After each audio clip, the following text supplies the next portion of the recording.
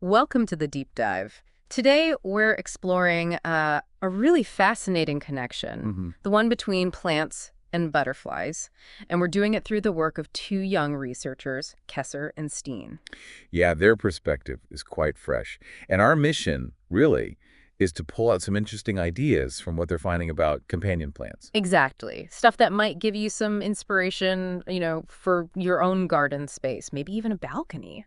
And the source material here is key. It's this catalog from Danmarks Naturfredningsforening. Right. It details Danish butterflies and, crucially, the plants they seem to prefer.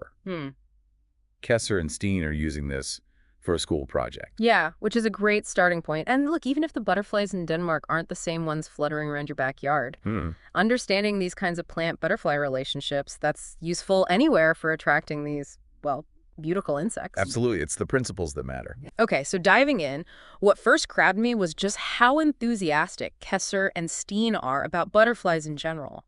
Like, reading the material, it's not just about naming species. No, it's broader.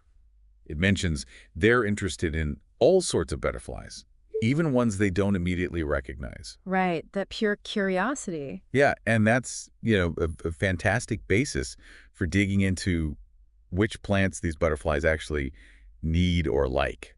And this project they're doing for their Nature Innovation class, it's putting that enthusiasm to work, using this catalog as their main resource, their guide. So they're not just browsing it, they're actively selecting specific plants from that catalog. Exactly. For a closer look, something they can actually present to their classmates. And this is where it gets quite interesting, method-wise. Yeah, because they're not doing it the same way. Steen, apparently, he's starting with plant names that sound familiar. Which is, a pretty logical place to begin. Start with what you know or think you know. Sure.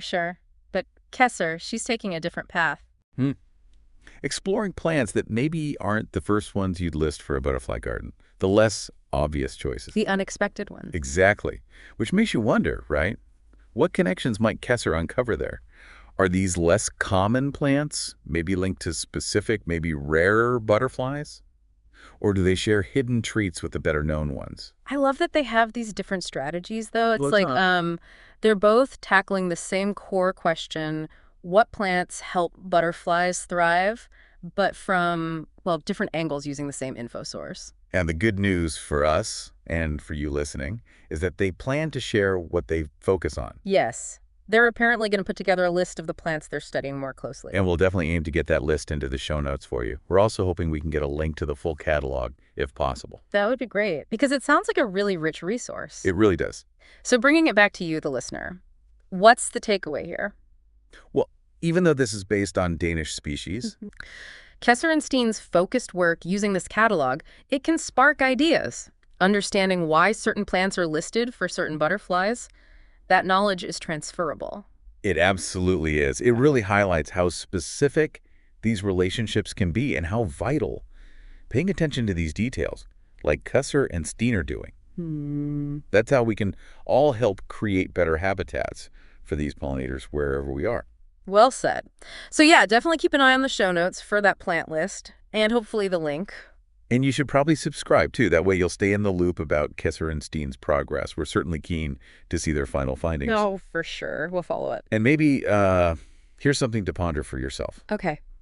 What's a plant in your own local area, maybe one you wouldn't immediately think of, that could actually be a hidden favorite for your local butterflies? Something to observe next time you're out.